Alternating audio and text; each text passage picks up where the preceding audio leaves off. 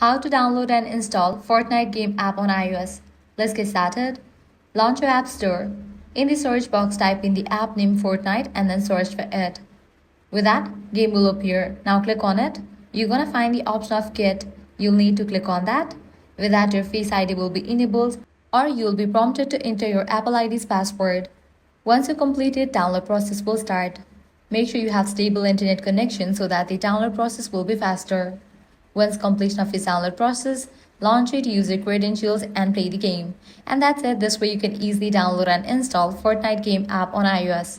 If this guide helped you out, do not forget to like, share and subscribe. Thanks for watching.